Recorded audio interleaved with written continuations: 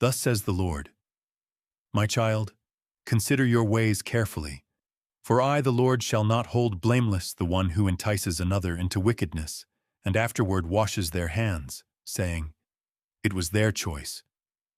A person may choose his own steps, yet woe unto the one who places the stumbling stone before his feet. There are temptresses who clothe themselves to provoke desire and display their bodies before the eyes of the simple, calling, come, look upon me. Upon the weakness of such men they build their houses, and from their captivity they gather riches. Her wealth increases, and she says, behold, I have prospered. Yet she does not consider the souls from whom her treasure was gathered. She has amassed her fortunes upon the weakness of others, and the wages she gathers shall testify against her. Likewise, the handsome man who learns to entice women and uses their longing for his own pleasure is not innocent. For I shall not overlook the one who pours oil upon the path and then blames those who slip upon it. Shall I judge only the one who stumbled and overlook the hand that placed the stone before his feet? Surely not. For I see both the fall and the one who prepared the stumbling block. The fool says, he chose to walk there. What is that to me? Yet why then did you make the road slippery? Another says, the fish chose to bite. Yet why did you conceal the hook beneath something desirable? Would the fish have swallowed iron had there been no bait upon it? Does the rabbit desire the snare because its own feet spring the trap? Surely not. The guilt of the trapped does not establish the innocence of the trapper. Therefore the merchant of poison shall answer for spreading poison among the weak. The dealer who grows wealthy from another man's bondage shall not wash his hands by saying, he chose to return. The man who entices a woman into fornication shall answer not only for his own impurity, but also for deliberately drawing another into it. Likewise, the woman who deliberately awakens lust in men and turns their weakness into her profit shall not be called innocent, merely because no hand forced them to look.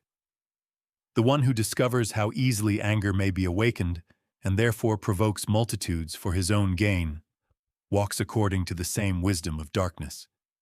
He casts sparks into dry grass and then declares himself innocent when the field burns. He says, I merely spoke. They chose to become angry. And when outrage gathers around them, he rejoices because attention has become his reward.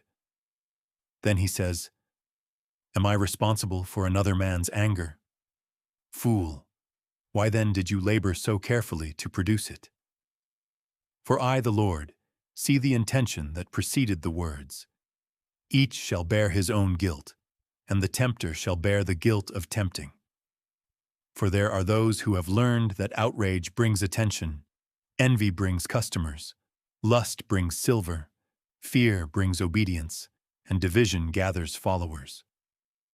Thus they cultivate the weaknesses of their neighbors and harvest them as crops. Woe unto them!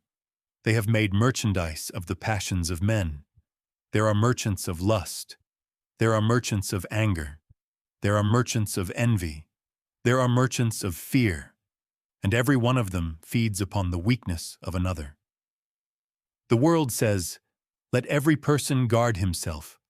This is true, yet it is but only half of wisdom. For I also command, guard your brother. Do not place before another what you know he struggles to resist. Do not intentionally awaken lust and boast that another should possess greater self-control. Do not provoke anger merely because anger profits you. Do not make merchandise of loneliness. Do not exploit addiction. Do not discover the weakness of another and turn it into your opportunity. The one who deliberately weaponizes lust, anger, envy, fear, or greed has enlisted demons as servants to accomplish his purpose. For whatever spirit you deliberately stir within another to accomplish your will, you have employed in your service.